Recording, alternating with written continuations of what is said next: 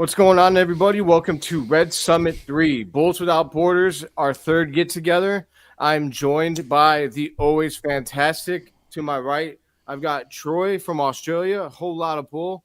If you're not checking him out, you definitely should. To the bottom, I've got Neill and from Ireland, always bringing the heat and also some awesome production videos for our episodes. And then also diagonally from me, Haize. Everybody knows Haize. Chicago Bulls Sports Network is taking over the world. And so, Troy, if you want to tell everybody about what you got going on and where they could find you. So yeah, find me at Whole Lot of Ball with my podcasts. Also do a whole lot of NBL for the Australian NBL competition over here. Haven't done it for a couple of weeks because obviously for those who are aware, I had a little bit of an incident a couple of weeks ago. So still recovering from that, but back on the doing the episodes for Whole Lot of Ball. But I do plan to be back with Whole Lot of NBL after this round, which former Bulls legend Troy Brown Jr. is now a 36er. How about that? Let's go. 36er Nation, stand up. Let's go. Neill, if everyone, if you want to give everybody your handle, let everybody know where they can find you, what you got going on, my friend. Yeah, you'll find me across CRED UK, across all the formats, at CRED UK on Twitter or X. And I just give my opinion from across the water in Ireland and covering the UK. Hell yeah. And Haize, give the man himself, Haize, if you want to let everybody know who they're listening to. You guys, I'm Haize, aka CEO Haize. I have a little known podcast called Chicago Bulls Central. Guys, go and check it out just a little bit. Awesome. Well, guys, I'm glad that we can do Red Summit 3. I think so. Red Summit 2, if I remember correctly, we did that right before the season started.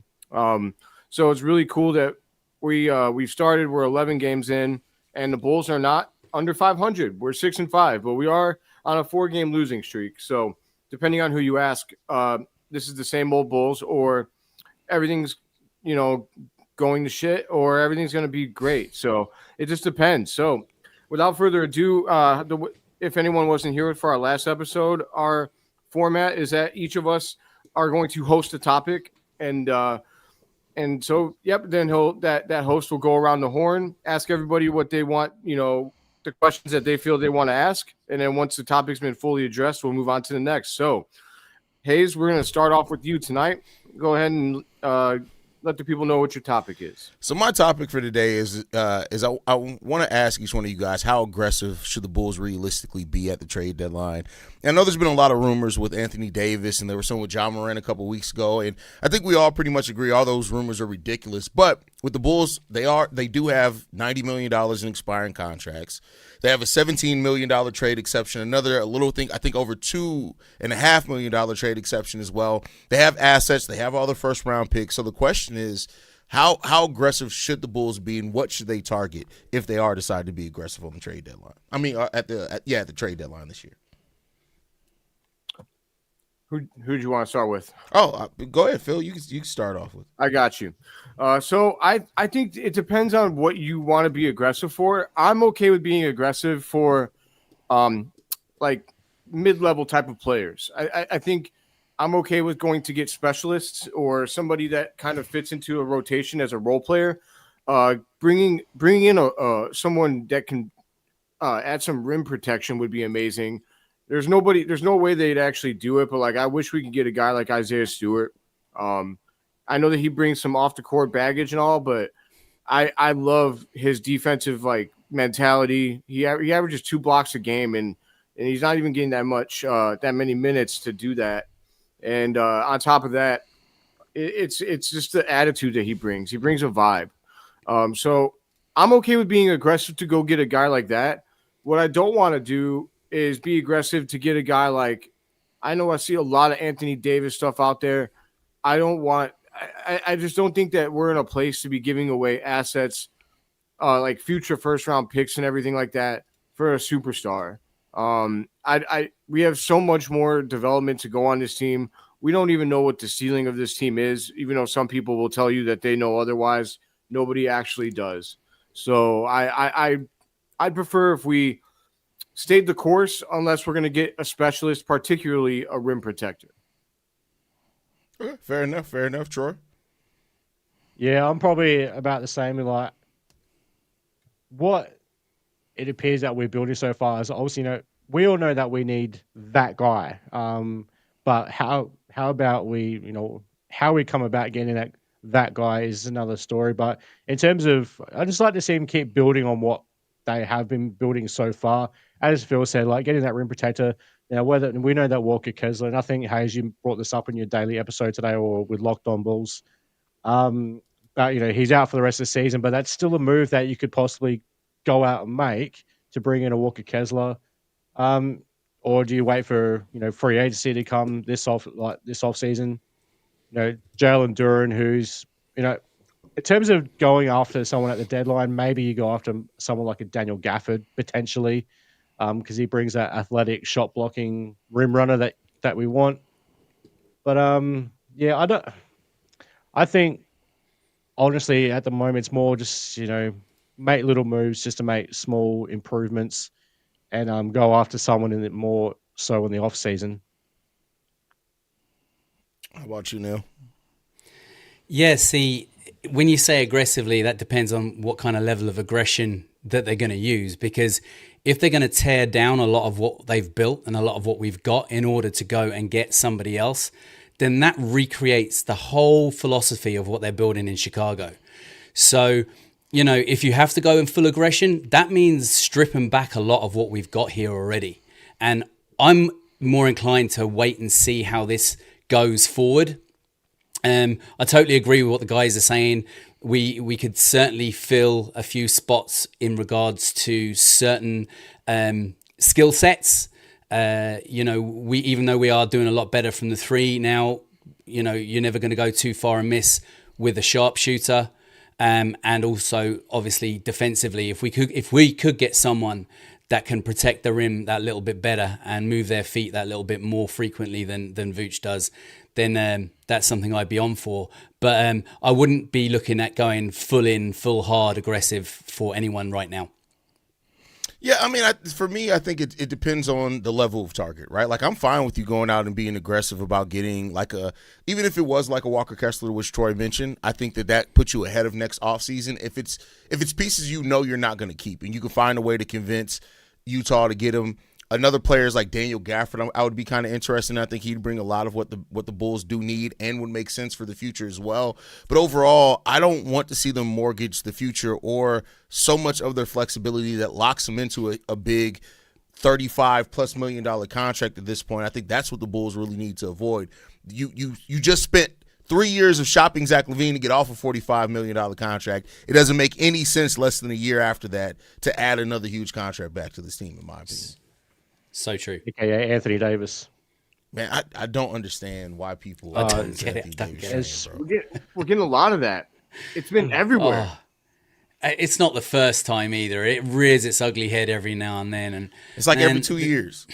Yeah, is it really just because he's from Chicago that everyone's so many Bulls fans are obsessed with him? That's a big part of it. Yeah. But he's a Packers fan, so like I know for you. Man, I don't know much about the Chicago culture, obviously me being down here in Australia, right? And Neill, I'm sure you're the same being over in the UK. So in terms of what it is to be from Chicago, I don't really understand it. But from what I do know of it, Anthony Davis is probably the least Chicagoan player in the NBA. Like, he is weak as piss. Yeah. Yeah, I had somebody write a whole think piece in my YouTube comment section saying that the Bulls should trade for Anthony Davis and then fire Billy Donovan and hire Pat Bev to be our head coach. See, that's a failed drug test. When you are that caught up in people being from Chicago, it's technically a failed drug test because that makes literally no sense at all. While we're at it, why don't we bring back Taylor Horton Tucker and just really just go crazy? Yeah. I'm good on that. That's a joke for anybody who doesn't know my humor. What's next, Bree and Isaiah Thomas? Yeah. That'd go down well.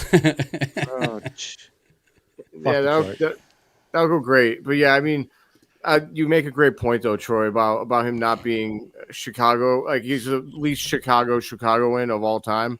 The guy's a fucking Packers fan. I mean, he's a Packers fan.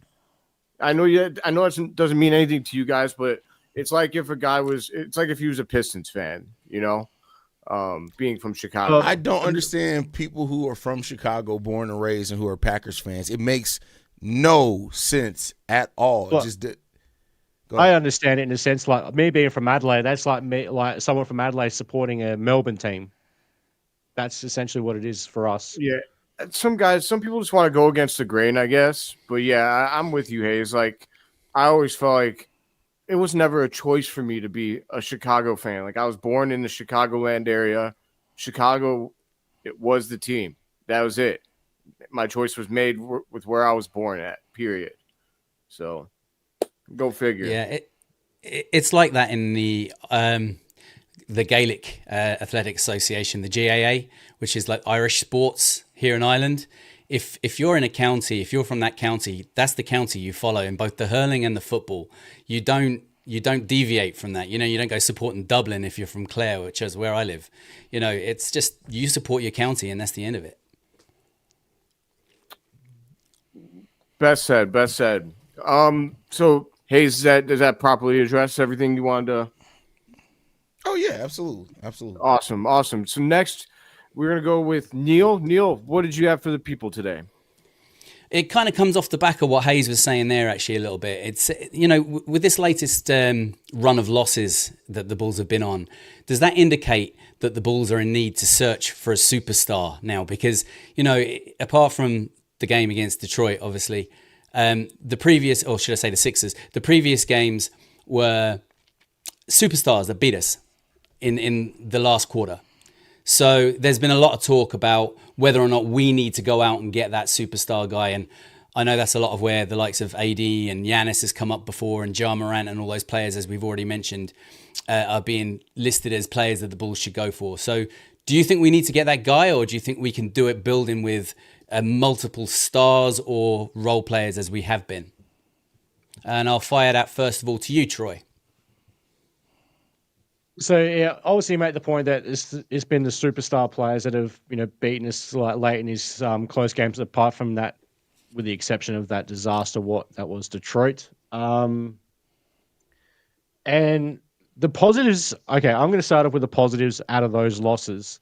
Is that it took their superstar player to go into superstar mode to beat us when we don't have that guy. So that's a positive I'm going to take out of those games. Like, when Wemby turned into the alien and hitting those stupid shots, like Giannis had to go MVP. Giannis. Who was the other close loss? I'm blanking at the moment. Cleveland.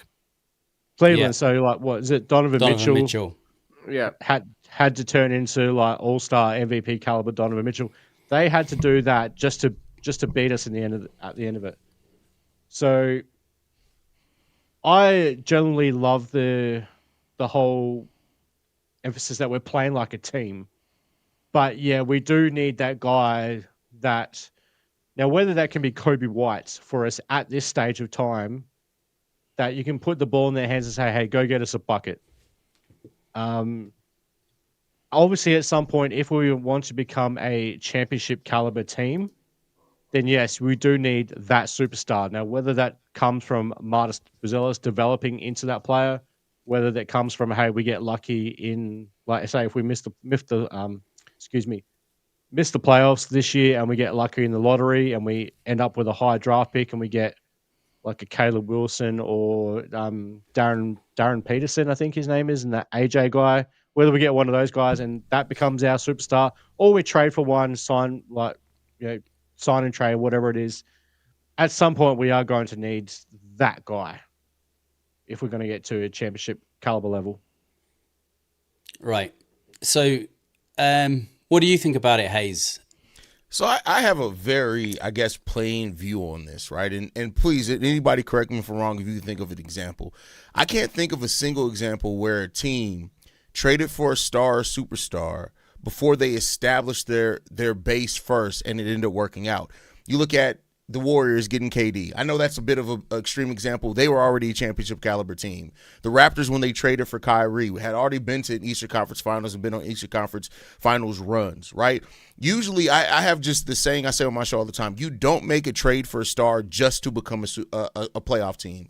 Be a playoff team first. Go on some playoff runs first. And then at that point, it gives you a better view on how far you really are from getting to that next level. With where the Bulls are right now, I mean, I think eventually you do need a star if you're going to really win a title. But I don't think the Bulls are at that place now where they need to be chasing that before they have their base established on, all right, with what we have, we're a consistent second-round exit.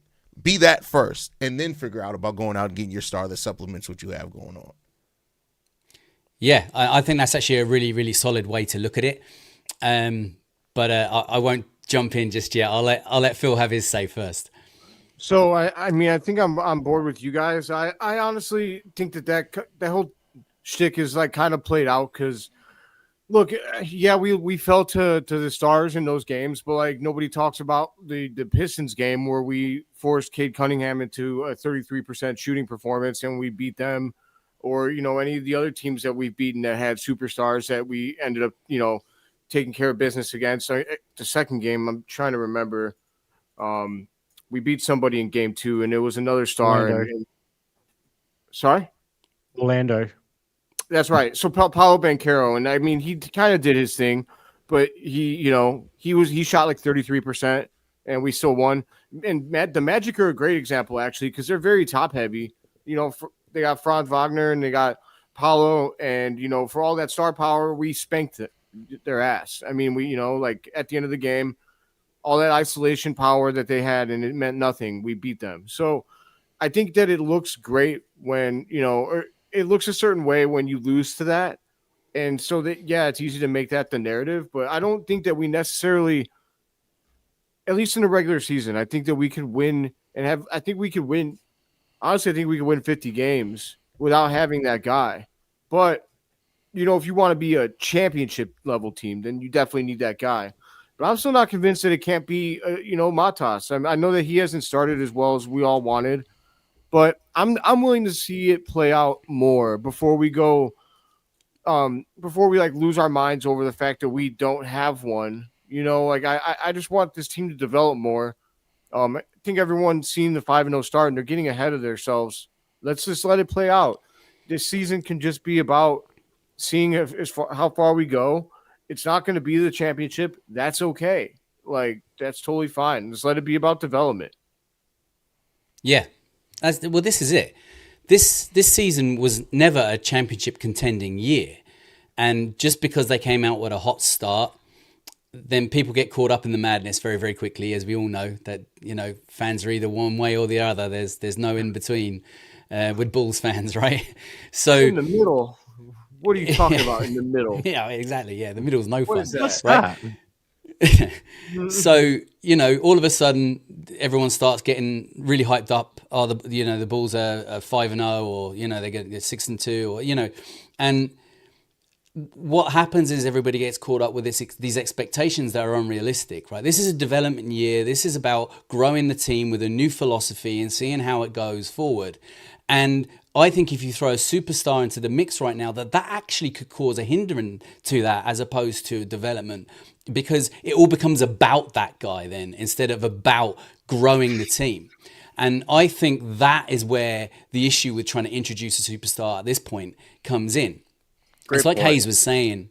It's like Haize was saying, right? Let's get beyond the purgatory we've been stuck in for the last 3 years of a play-in exit. Let's get into the playoffs, and then we can look at the next step. And if that next step is to take on a superstar next year, brilliant. Let's look at that. But right now, let's look at what we've got.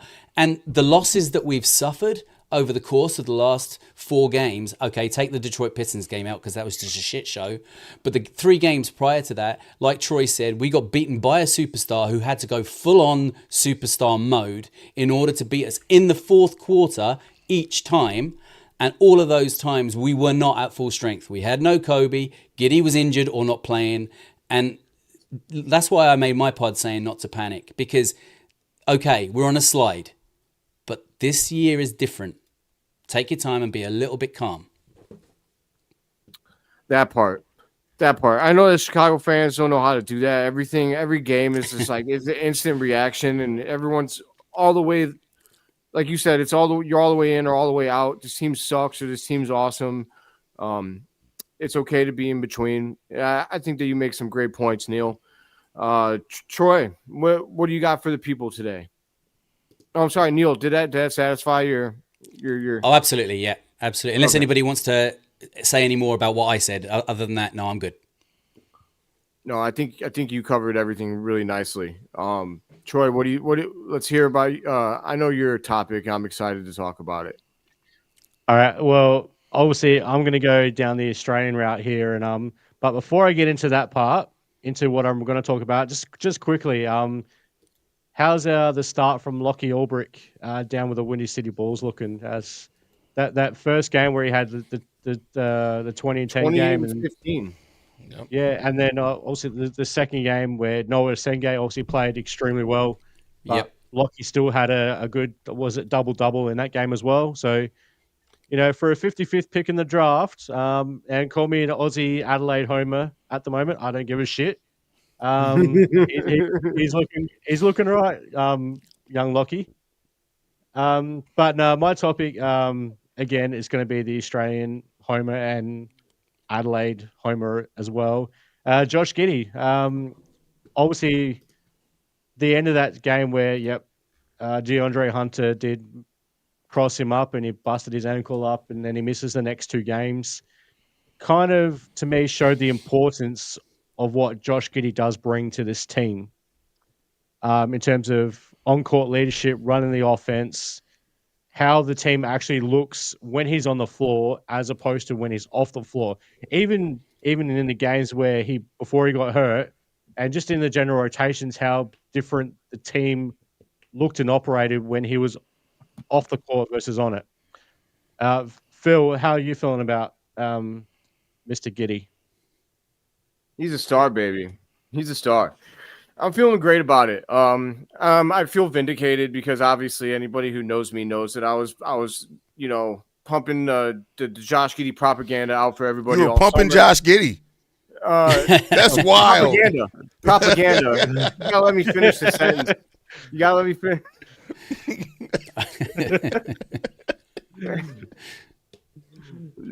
Oh wait, I gotta switch glasses because no.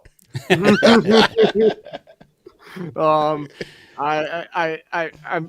declined to pump Josh Giddey, but propaganda, I'll pump that. But Josh Giddey's a star. I'm seeing red for Josh Giddey, and he's been awesome, man. 20-point triple-double. Obviously, I did an episode yesterday that dove into what his impact has been on the Bulls without him versus what we were doing with him, and it's pretty staggering. We've fallen from a lot of ranks that were top 10 in a lot of different things like true shooting percentage, effective field goal percentage, assists was a big one, player impact estimate, a lot of different things. And then without him, we're like back half of the NBA, sometimes bottom third of the NBA. So Josh Giddey's importance has been crazy. Actually, the impact that he's had is MVP type of impact. And I know that people are probably going to go nuts hearing that. But I'm not saying he's the best player in the NBA. That's a totally different conversation. When I say MVP, you're talking about the best player on the best team. Now, the Chicago Bulls are not going to be the best team, so that's not going to happen. But I'm just saying that he's been a Mr. Do-It-All for the Bulls. It looks like he's really rounded out his offensive bag. He looks more confident. He's attacking the rim, getting to the line. I've loved what I've seen from Josh Giddey. And, real quick, though, to go back on what you said about Ulbrich, it's funny you said that because I was looking, I was letting my YouTube autoplay, and there was a video from a different creator that came on, and he had just watched the Summer League games, the first Summer League games from Ulbrich, and he went ahead and said that Ulbrich was a wasted pick and that he didn't belong in the NBA. And I just want to take this opportunity to say, can we cut the shit? Can we cut the hot take culture? Like, come on, man. You guys going to play his first couple games in the friggin' Summer League and we're going to say he doesn't belong in the NBA? Give me a break, man. him dropping 28 and 15 in his first summer league game must have felt real good for him if he's seen any of that crap that was out there. So real happy for Lachlan. Also, he's really tall. Met him in real life, and he made me feel like a hobbit. And he's really strong too. Like that's the thing with Lachlan Albrecht. Like he just looks like he doesn't look like he's as strong as what it appears he is when you just see him. But then when you see him like move players around to get to the post and how he clears out the way to get rebounds, it's ridiculous. He's really freaking strong. Love it, man. Love it. For a big guy as well, he's got great court vision. Yeah, he's really nice. He sees the floor really well. Yeah. Yeah, for those who don't know, I got to watch Lachlan Albrecht play here in the NBL 1, which is like the state league level below the NBL, playing for West Adelaide Bearcats in championship season. So I got to see a few games of him there, and man, you notice it on the court how even though he doesn't look like the most physical, strongest guy, the way he was bumping players out the way and all that, like you guys mentioned, and then the court vision, it was just like, damn. But anyway, Neill, how are you feeling about Giddey? Yeah, I'm giddy for Giddey. I really, really have enjoyed what he's brought to the floor this year, and you really see how much he's missed when he's not been on the floor. It was evident as soon as he came back on the floor after getting that ankle injury and tried to play out that game, he wasn't the same. And as a result of him not being the same, the team doesn't look the same. And the same for the last few games. Without him, he just has not been there to orchestrate, to lead, and to run the motor of this team. And we really, really miss him. Now, that's not to say that if Kobe was there, that it would look this bad. Because I think if Kobe was there, he's also perfectly capable of running the offense and keeping things going. But Giddey just seems to have that extra level on him in regards to being able to control and lead the team, both on the floor and off the floor. You see he's got far more vocal than he was in the previous season. And he's really like G'ing players up and getting them involved. And I just really have enjoyed the progression in such a short period of time for Josh Giddey. Beautiful. Haize, how are you feeling about young Josh? Same. I think the thing, like what he's doing offensively is extremely impressive. Make no mistake about that. Everybody's going to talk about what he's able to do, averaging almost a triple-double, the way that the offense looks so fluid, how he makes players better around him. But the thing that really kind of surprised me with Josh Giddey is how important he's been to the communication on the defensive side of the ball to start off this season. It has been legitimate. I think there's a reason why you've seen the Bulls' defense fall off because – when you don't have the greatest one-on-one individual defenders, communication becomes more important so you can play the defense as a team. If you go back and look at those early games, a 5-0 start, even the 6-1 start, the first 7 games, Josh Giddey's communicating. He's talking to the players when missed assignments happen on dead ball situations. Like, I did not expect Josh Giddey, to make the step up he's made defensively as an on-ball defender, but also the communication, because usually that goes to players with the best defensive IQ that used to have to be that communicator on defense. Alex Caruso was that for us. Lonzo was that for us for a little while. But Josh Giddey stepping up as that guy on the defensive end too to help the team stay connected defensively, I think has been hugely underrated as the season's started so far. I love that. That he's been majorly impressive. Like even to my expectations for him defensively, he's been very, very impressive on that end of the floor. I'm loving what I'm seeing. And I did this in my post-game recap about the Pistons game. And I'm calling him out again. Brian Kelder. Stop the bullshit about Trey Jones being the better option at point guard. And stop this bullshit about him being a 6'8" small forward. He's not a friggin' small forward. He's a point guard. Cut the bullshit. We got to stop giving Kelder shine on this show. He's not worth it. No offense to Kessler. Can I just deviate from that slightly and just say that you can go down the middle with it, right? He's not a forward. He's not a point guard of the traditional sense. He's like, I suppose, like Scottie Pippen was, a point forward. That's what he is essentially. Because of his height, he would be considered a wing, right? But he carries the ball like a point guard. So I'm happy to go point forward. And I think this too. Like, how many traditional point guards are there in the league? Like, there aren't that many of them. Like, when we think of traditional point guards, And I think when you even like using the term point forward, I get that, but I think that also gives people more of that where they try to label him a forward. He's a point guard. He's a big point guard. He's best when he's playing point guard. He's best when he's defending point guards. He's a point guard. Just because he's tall and stronger, that doesn't make him a forward. Like, that actually plays his advantage of him being aggressive on the offensive side of the ball. Like, he's a point guard. That's fine.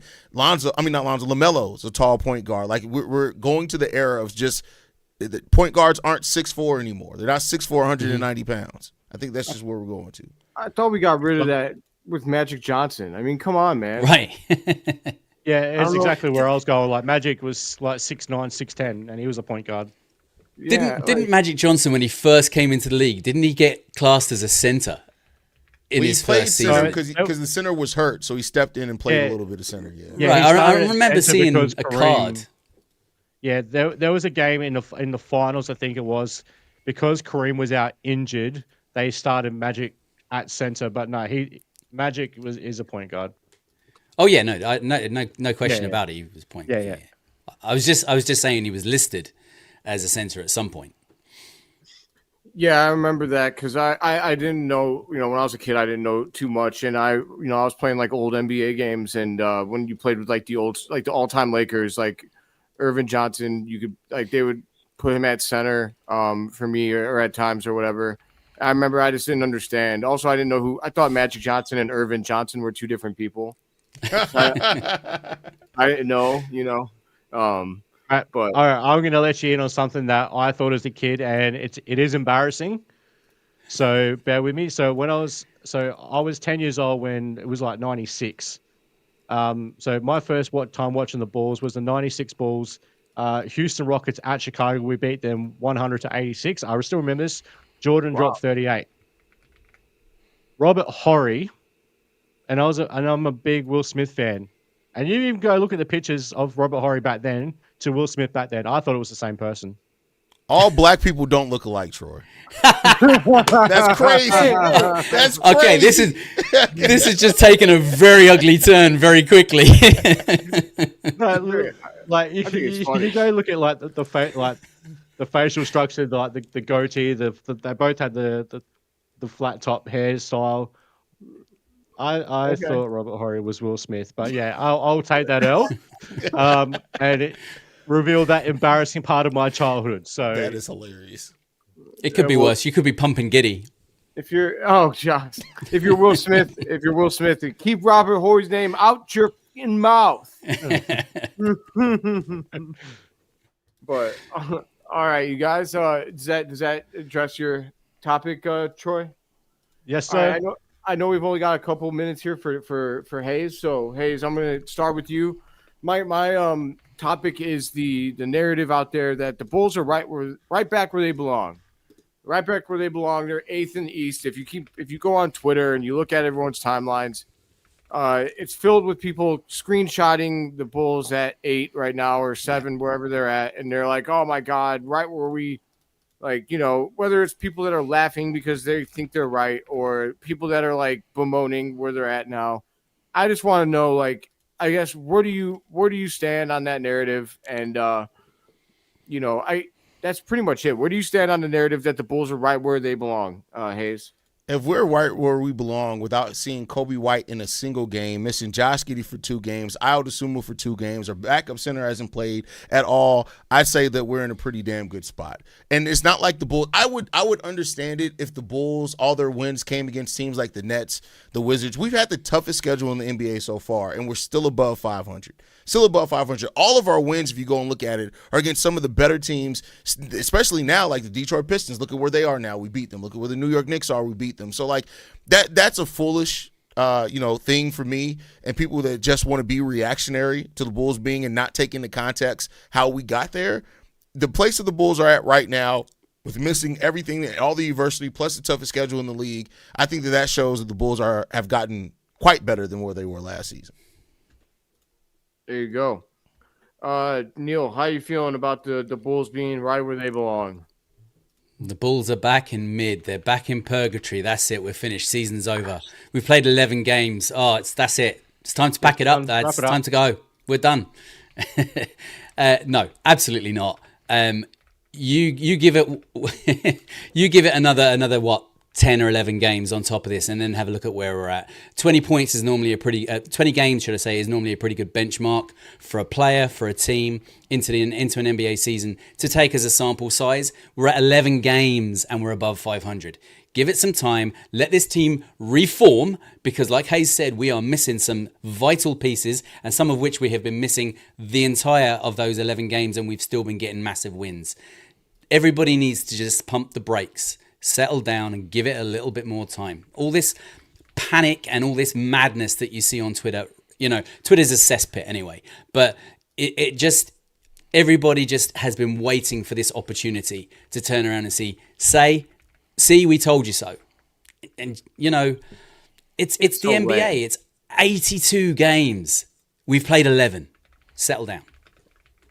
It's so lame, and I'll give my opinion last, but I just want to say I love mid. That's what this is all about. I love mid. I'm in. It's all I want to be is mid forever. But Troy, what do you got? What do you got for the people? Right, so I'm just looking at the standings right now, the Eastern Conference. Now, teams like 7 through 11, traditionally, keeping in mind the Eastern Conference, how the East has been the last few years, what kind of record do you guys think that teams 7 through 11 kind of have? 7 through 11, I'd say between 42, 3-ish and 48-ish wins. I know I've seen question. throughout. Yeah, I think. Well, I've seen teams being below 500 from like the 7th spot. Yeah. I think last year, if I remember rightly, like teams have been below 500 and still been in the play-in battle, right? Yeah. Here we are at the moment. Yes, only 11 games in, 9th spot, 6 and 5. We're above 500. Then Orlando's at number 10 at 500, 6 and 6. So to me, I think the Eastern Conference is a bit stronger than what people have probably given a bit of credit for. And the fact that, yes, we are 6 and 5, we've done it without Kobe White, we've done it without Zach Collins, who was supposed to be our primary backup center. Credit to Jalen Smith, he's played very, very well for the most part. I mean, he has had some stinkers in there as well, also we lost Josh Giddey towards the end of one game with an injury. Like albeit he did play, but he wasn't himself. And we lost it for 2 games. To be 6 and 5 after 11 games, I've had a little thing here where looking at that after 11 games, I had him down as 4 and 7 to this point in the season, where I probably had him predicted. So to be 6 and 5 after 11 without Kobe White, that's pretty impressive to me. Absolutely, man. Absolutely. And here's what I got to say to all the people that are pushing this narrative, man. And I'm not going to actually say it. Here we go. I'm just going to put these on. literally get out of our fan base. Like I guess if you cover the team, then you're stuck here, and I'm sorry for your misery. And I guess it's going to be really awful for you when the Bulls end up being better than you thought. But like, I don't understand. Like, we watched this team go against 11 playoff teams. Granted, this last game against Detroit was bad, right? But it's the only bad game the Bulls have played out of 11 games, and they're all against playoff teams. And there's one thing that was consistent about this team last year after we traded Zach is that we took care of business at full health. Like, we beat every team that we were supposed to for the most part when we had Kobe and Josh out there. So I don't know how anybody can sit here and say, after we've played this well against all these playoff teams, and say, oh yeah, the Bulls are right where they belong. They're not gonna, they're gonna probably settle in right here in the play-in spots. Like, Toronto is above us right now. Like, I'm sorry, I just don't think Toronto's gonna finish above us. I think we're, going to be better than they are. Atlanta, on paper looks really nice, but they find some way to be in the play-in every year, and I guess people could say the same about us. But I think we have better chemistry, and I think we have better winners. I don't find Trae Young to be that inspiring as a Little winner. weasel. Yeah.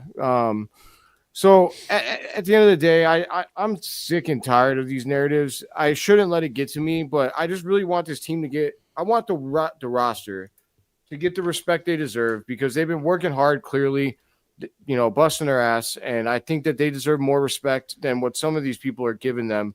And so it frustrates me, but I guess we're going to let the play do the talking. And I think when the Bulls end up in the 6th seed or higher at the end of the year, then I'm going to come back for a lot of people because they're going to have earned it. It's going to be phenomenal. I can't wait for it. But honestly, boys, I think that's a nice little bow. Right in time we don't have to let Haize sign off early.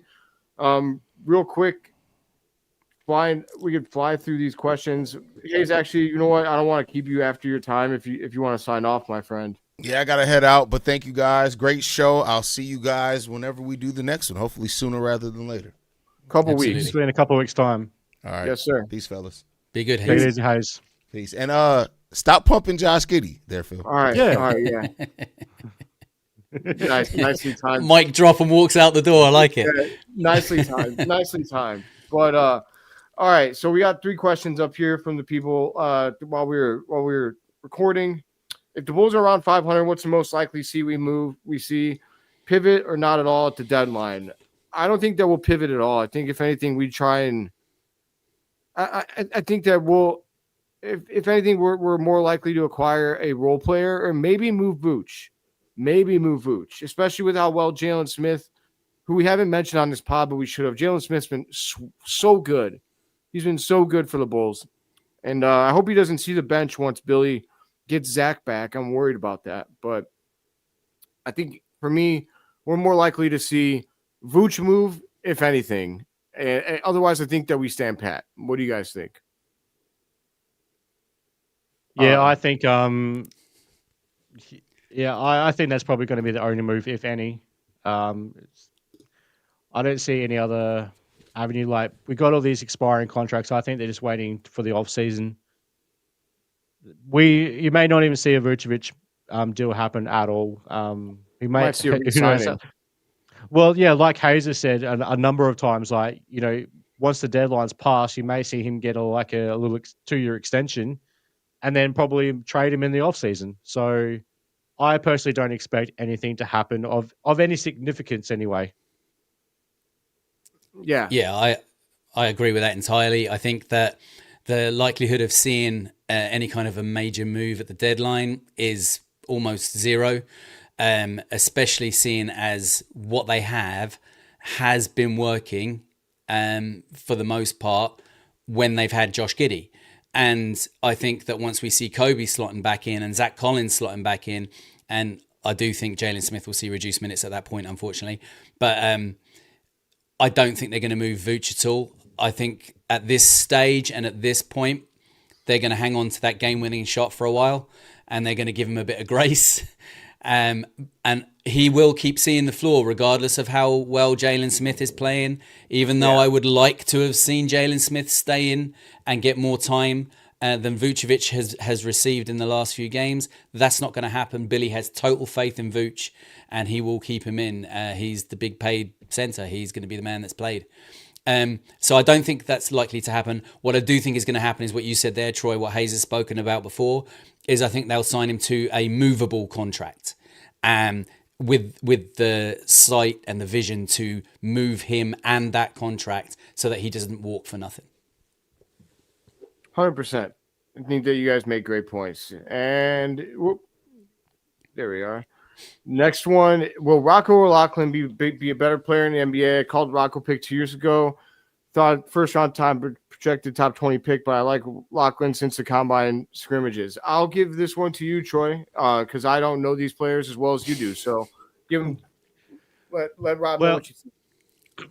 Well, Rob, based on their time here before they went over to the States, I would definitely say Rocco. Since how Lockie had a more untraditional route to the NBA. Like, obviously, Rocco, he was already known well and truly before, like around the NBA. Around the Australian basketball circles when he was still like 16 years old. Like, there was this massive talk about this 7 foot plus kid coming out of Queensland. I think I first heard about him when he was about 15 years old, like because that's how much hype he was getting, because like he was just huge and he was just dominating like the local basketball scenes with the junior ranks. And then he plays for the Brisbane Bullets in the NBL for a couple of years. I don't think he was utilized correctly. Now, is it because he was still seen as a young kid coming into the NBL? Like when you've got I think he's 7'3" at the moment. So when you got a kid that big and he's destined for the NBA, you've got to try and find a way to utilize him correctly. And he just wasn't really utilized at all by the Brisbane Bullets. So I'm seeing that stat line that he put up. I think it was yesterday for the Timberwolves in the G League.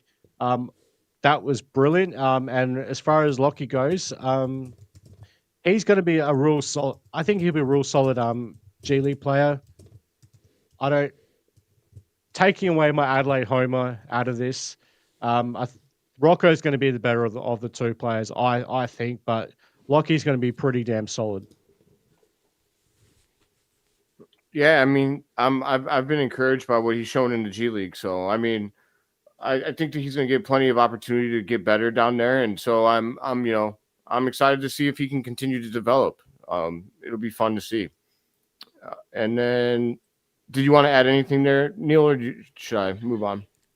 No, not really. Just the only thing I'd say about, I don't know enough about Rocco to talk about him, so I'm not even going to try. But as far as Ulbrich goes, I wasn't too impressed with him in Summer League. I actually thought that he needed a lot of work. But as it went on a little bit further and what I've seen in the G League, I can certainly see a lot more there than I first saw initially.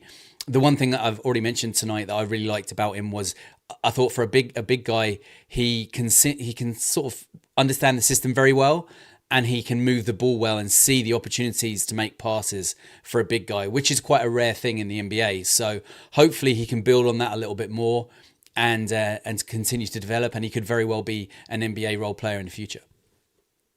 I don't know if you guys have seen the Twitter account, Boomers Fandom. Have you guys seen that account at all? Yeah, he actually told me about Lachlan the night before the draft. He called it. He told me about him. I was okay.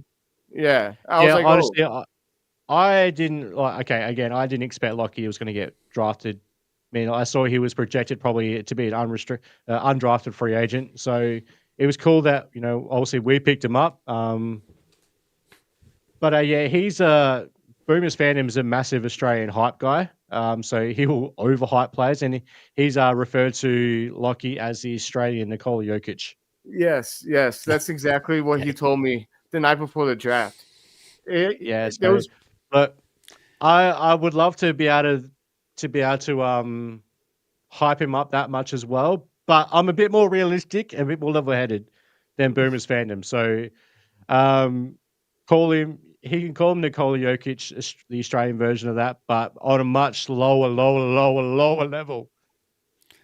Hey, if he turns out to be half of that, I'll take it. Yeah, right. Oh, yeah.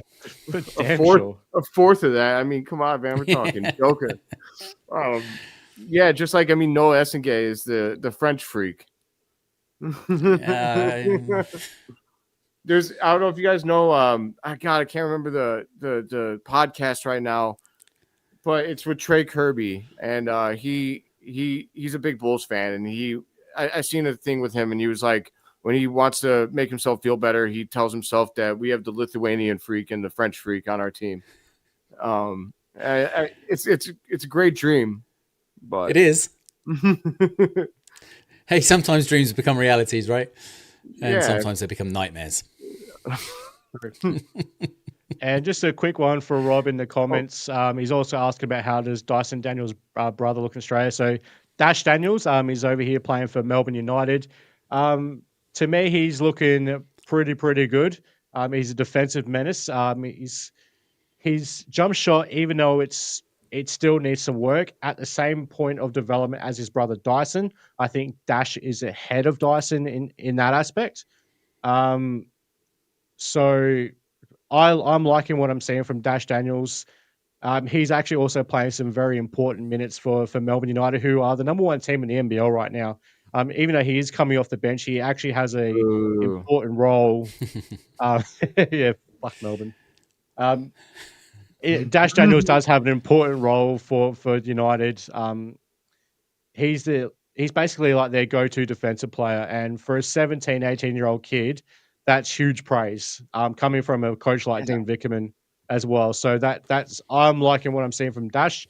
If there's a way that the Bulls can get in a position to potentially land Dash Daniels, I would not be mad at it whatsoever. Cool. Yeah, I'm a fan of genes. He's got the genes. There you go. Yeah. He also has really cruel parents. I mean, who names their kids after a vacuum cleaner and a character from a Pixar movie? Come on. Right? Goated parents. I love it. Troy, did you have something else, or are you good? You good, mate? All right, awesome. The last thing here. How do you guys feel about the City Edition jerseys? We're talking the pinstripes, right? No, the City Edition is the blue white Chicago. The white ones?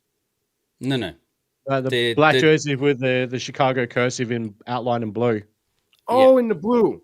Yeah. I love them. They look awesome. I'm easily I love like a baby blue is my favorite color. And then so you mix that with some red and black, which is my favorite jersey combination. Like I'm in heaven. So yeah, I think they've absolutely nailed it this year with both the City Edition and the Statement Edition jerseys. They've really got it bang on for both of them after a lot of slip-ups over the years, either in one of them or both of them. This year, they really nailed it. I mean, bringing back the pinstripes, we've been waiting decades for them to do that and begging them to do it for years. So to bring back the pinstripes and then also nail it with the City Edition jersey, props to them. Yeah, no, they've absolutely killed on this one. Now, just bringing back the red pinstripes, yeah, and as you said, Neill, we've been begging for that for years. The part that pisses me off with some of Bulls Nation is that y'all been asking for this to come back for years and years and years. They finally do it. Now some of you want to fucking bitch and whine about their nostalgia baiting and trying to just cash grab on it. Oh, shut the fuck up. I hate that. Like crap, you've been asking for it for years, and you finally got it. And now you want to have a whinge about nostalgia baiting. Shut the hell up. Go ahead, Phil. I was just gonna say, that some people want to whine and bitch no matter what, man. They just want to cry. People are never happy. In terms of the City Edition uniform, now this one might actually end up being my favorite that we've had so far. My favorite up to this point was the flag, the black one with the flag, Chicago flag on it. If you got, I think it was the second one back in about. I think it was the second one. Yeah. Like that. The white one was the first one, wasn't it? Yeah, the white one with the Chicago cursive, that was the first one. I think, the following season was the black one with the Chicago flag.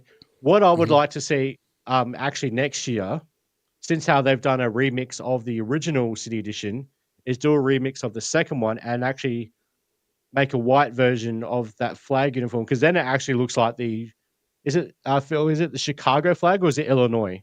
Chicago flag. It's Chicago. So make it actually look like the Chicago flag. So it's a white uniform, and you've got the flag on the chest. I think that will look pretty good. That sounds cool. Yeah. I want to see them bring back the green jerseys too. For St. Patty's, St. Patrick's Day jerseys. Come on. I had the Derrick Rose one when I was a kid, like when I was growing up. I had a Kirk Heinrich one too, and I had a Ben Wallace one. Big Ben, man. Yep. I love that. So yeah, I mean the one thing that is for sure about the Bulls is they got some awesome jersey. Like the color scheme for the Bulls is second to none. So we've got the coolest brand, like honestly, out of the entire NBA. I'm not, people can say that we're biased, but I think it's pretty like head and shoulders. Like we've got such a cool brand. And if people want to use that to complain and say that the Bulls are capitalizing, whatever, man.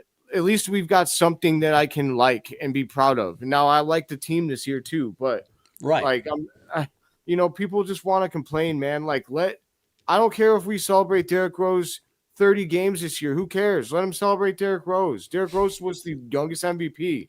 Like, I don't care. I don't know why people care about that. It's dumb, but whatever. Sorry, I get worked up over that. But who knew it would be that would trigger you tonight of everything? Yeah, right. Yeah, no, yeah, not pumping Josh Giddey.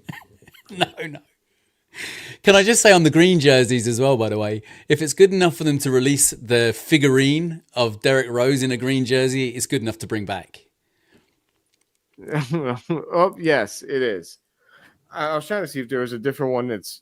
Oh God, no. Okay, it's just this one. This is the only good one. I guess. Oh no, I see. I know what the problem is. Sorry, guys. I'm like, I'm doing testing here, like while we're live. This is okay, but I hate the empty space there. It drives me nuts. But this is good enough. I was only doing that though, so I could point at the Giddey jersey and say, this man's never going to come on any show that I do because he's going to think that I'm trying to hit on him. So that's good. But you talk about pumping the guy, like, don't blame him. And hey, I got 2 jerseys hanging up there. I got the Bulls and the Australian Boomers jersey hanging up. Yeah, he acknowledged the Boomers jersey at the Bulls game. That was really cool. There wasn't many in the stands yet because they had just started letting people in and we were already inside. So when he came out there, I was like standing up like this, and he finally looked my way. He's like, and I was like, "Yeah, dude, Australia." He gave me a thumbs up. And I thought you were an Aussie as well. Yeah, maybe. Yeah, I'd say so. Yeah. Maybe. Or he's like, "Oh, that's that psycho dude who tags me in a lot of the stuff that he makes." Like, I'm not. I wish he'd stop trying to pump me. For the love of God. All right, we're going to sign off. That's never going away. Yeah, no, unfortunately, I'm probably stuck with that. But Yep. All right, everybody, I appreciate you all tuning in. Rob, thank you so much for all the comments. I love that. Thank you, and keep doing that because it's good for the algo and everything else. So everybody that's watching us, appreciate you, Rob. If you're on X, we'd really love it if you came to our YouTube channel. We're really trying to grow. We don't have that many subs yet, so if you can come to the YouTube channel, drop a sub on the channel, turn them notifications on, that'd be awesome. If you are here on YouTube, please drop a like on the video. And man, I'm real quick, we'll go around the horn again. I'm Phil with Justin of the Year Chicago Bulls at JAYCHI_Bulls. We do daily content for the Bulls, and we have a positive and optimistic vibe. Troy, go ahead with your. Yeah, so if you guys want, you can follow me personally at Bulls_Troy. But please follow my at Whole Lotta Bull account. And if you're interested in some me talking about the NBL, you can follow me as well there at Whole Lotta NBL. And you'll find me at C-Reg UK. I give my perspective from this side of the water, and you'll get me on YouTube, and you'll find me across on all the main social media accounts too. So look me up. Awesome. Appreciate you guys. And man, another great episode. We'll be back in a couple of weeks, everybody. But until then, go Bulls. And I'm not pumping Josh Giddey, guys. I'm not, I swear. Yes, you are. You're trying. All right, everybody. Peace. See red. See red, baby.